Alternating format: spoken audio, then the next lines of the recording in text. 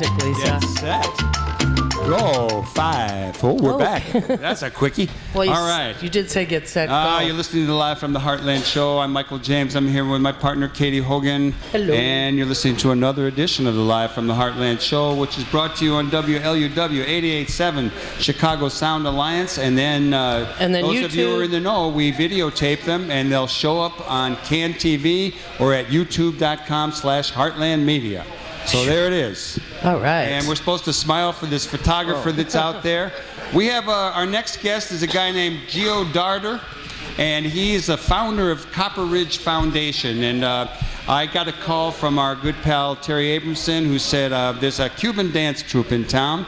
They're playing at the Athenaeum over on Southport Friday and Saturday. Can you use them on the show? This Friday and Saturday. Yeah, last night and today. Yeah, and because next week we've got our friend Pablo Menendez and the band Mezclas in town. They're going to be playing at the Old Town School, and they're going to, Pablo will be on the show. So we got two Cuba-related, cultural activities from south of the border, so to speak, on our show for 2 weeks in a row. And welcome to you.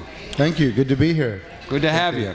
So tell us what Copperbridge is. Well, Copperbridge is a foundation that promotes cultural and educational exchange through the medium of artistic expression. So we work with doing people-to-people and exchange programs with Latin America and the United States. Are you cubano? Yo soy cubano. Qué buena onda. Sí, ¿verdad? Y soy gran amigo de Pablo. I'm very good friends with Pablo. Está bien, bueno. Entonces, we love Pablo. And Pablo's good. Were you yourself involved in dance? No. Actually, I came in 1965 to the United States, and I became a gringo. I was. How did that work? You know what? My parents decided to move it a little bit. My parents moved into a Anglo neighborhood, and I had this identity crisis about who I was. And in my teens, I had that. Well, we all had problems, I guess, in our teens. But I realized there was something lacking in my life, and later on, I started meeting some really cool Cubans that were coming in the 80s, and I said, I want to know more about being Cuban. I went to Cuba and I fell in love with my culture, and I said, more people need to know what's happening, like you said, south of the border. It's a wonderful place. That's where I met Pablo, and I've been there a couple of times, once at the Pan American Games, another time we took a band out of San Antonio, and we had Cuban journalists, American journalists, we joined teams, we went to Cienfuegos, Savannah. Beautiful. And, it's a wonderful country, Cuba is. Thank you. Yes, it is. And for me, being in this country and going back, I have a better idea of the contradictions, but also the similarities. Sure. And then being Cuban is the number one. I'm Cuban here as I am there. So I wanted more people to know about this. So where did your parents move when they came to grow a gringo? Well, they moved to Miami, North Miami. I, as soon as I could, moved up to New York. What's the scene now in Miami and among Cubans? Because my sense was there were a lot of, they used to be called gusanos, correctly or incorrectly, but people who had left Cuba. But then there seemed to be a wave of younger people, their kids, as well as newer Cubans coming at the time of the Muriel boat lift, and they just seemed to not as hostile to the government and even open to it and positive about it. Well, right. The truth of the matter is, time has gone by, 50 years, and what happened in the 60s is not necessarily happening today. There's a shift, let's say, in policy. Also, the new Cubans that are coming over are leaving for different reasons. Back then it was political, now it's, I think, more economical reasons. They're having problems. Family, correct. So now they're leaving to go back. Before they were in exile. Now they have the right to go back whenever they like. So there's a difference. Also, things are changing. The second generation Cubans are ready to learn more about their culture and their country. For example, when I went back when I was 30, to me it changed my life. It filled in a lot of gaps that were just missing, and that's what made me decide to work on creating this foundation, is to create a dialogue through the arts, and that's a healing process. And for Miami, being them based there now, we're actually launching on the 29th of June our first cultural evolution series. Evolution series. And what we're doing is we're welcoming the Cuban community to see what's going on in today's Cuba. You know, the arts that are happening there are amazing. There's a wonderful underground movement in art. There's an explosion, and what better way to meet other Cubans than in a neutral setting and have dialogue? And that's why I think it's time for me now to promote this in Miami as well as in Chicago and New York. But Miami is important. So the show that is tonight at the Athenaeum and was last night, what does it consist of?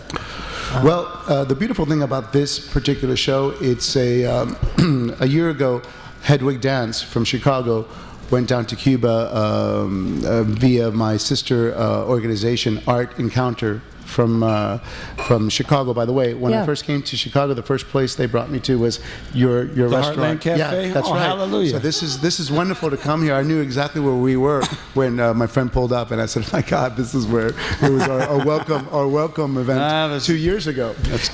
I met Art Encounter, and we created a program in Cuba to do a people-to-people exchange. And one of the companies that went down was Hedwig, and I introduced them to different dance companies. And the one that they felt most connected to was Danza Abierta.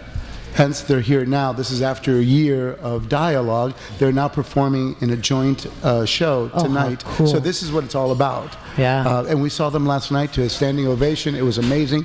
If you can, there's some tickets still left. It's a wonderful show, both by Hedwig and Danza Abierta.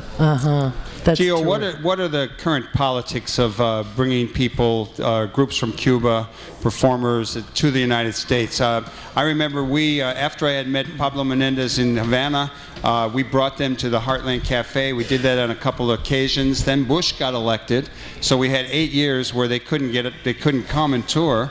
And now they're back. So what's going on? Well, I'm so glad that you gave me the opportunity to say thank you to this administration now for opening the cultural exchanges with open it Cuba. further. Well, that's a rare phrase this week. You're absolutely right, but we know that at the intersection in Cuba, they were so welcoming to the dance company, along with Pablo and everybody else that's coming through, and they're granting most everyone's visa at this point, so it's a blessing. You know, so I wanted to say thank you, for them giving us tell that us one more opportunity. time about Danza Abierta and their performance tonight and what people might expect. And then we're going to get how people might get a hold of you. Well, Danza Abierta's performance tonight is called Showroom, and it's a take on, the traditional myth of Tropicana, what people think Cuba is, the cabaret, cigars, and Buena Vista. The supper clubs. Not. There's so much more to Cuba. Like I said, there's an underground movement. So this dance breaks that idea, and it's all about emotion. But it's very funny. The show actually deals with a cabaret-style performance, but the dance work is so intricate, it's just quite amazing. You see the emotion. Actually, I've seen it 20 times, and every time I see it, it touches another part of my heart. So it's a great show to see. And Susana Pos is the new choreographer of Danza Abierta, and the 6 dancers are just amazing, brilliant. How would people get a hold of you, Geo Darden, and your outfit, Copperbridge Foundation? Well, they could either call us at 305-891-8293 or visit us on the web at copperbridge.org. And if you're interested on creating this exchange with Cuba or Latin America, we're always open to hear what your desire is and work on that. I'm just reminded of being in Havana, in old Havana, and there was a building, a kind of a cultural center, had a great big glass kind of window at the top, and there were all these rooms filled with people dancing, young people doing ballet, the kind of thing, and it's some kind of cultural place. You referred to the impressive Garcia Lorca in La Avenida de Prado, next to the Capitol building? Yeah. Beautiful, right. That's the ballet. It seems like they have doctors in every hotel and every community. They probably have a dance troupe on every corner. You're right. One thing I love about Cuba is, to me, it's the what's the university here? The Juilliard. It's the largest Juilliard campus on the planet. You just walk That's out of great. your home and you could just walk for hours and just listen to violin, music, dance. You know, it's just really an incredible place But we want to to be. thank you for coming. We hope people turn out tonight to see Danza Abierta at the Athenaeum, and keep it up, because I'm sure there's a lot of Cuban groups that need to see the States. Thank you, and I want to thank Jan Bartosik from Hedwig as well for welcoming us to Chicago. And they're a local group. Yes, and I Dance just group. wanted you to know We're the all for them. dancers love Chicago. They're having a wonderful Claro time, so que thank you sí. Okay, very big much. round of applause, Thank and you. we'll be right back with our pal out of Texas. Thank you. Okay, we'll be right back. The Athenaeum is at Stay tuned. 2936 North Southport. See you.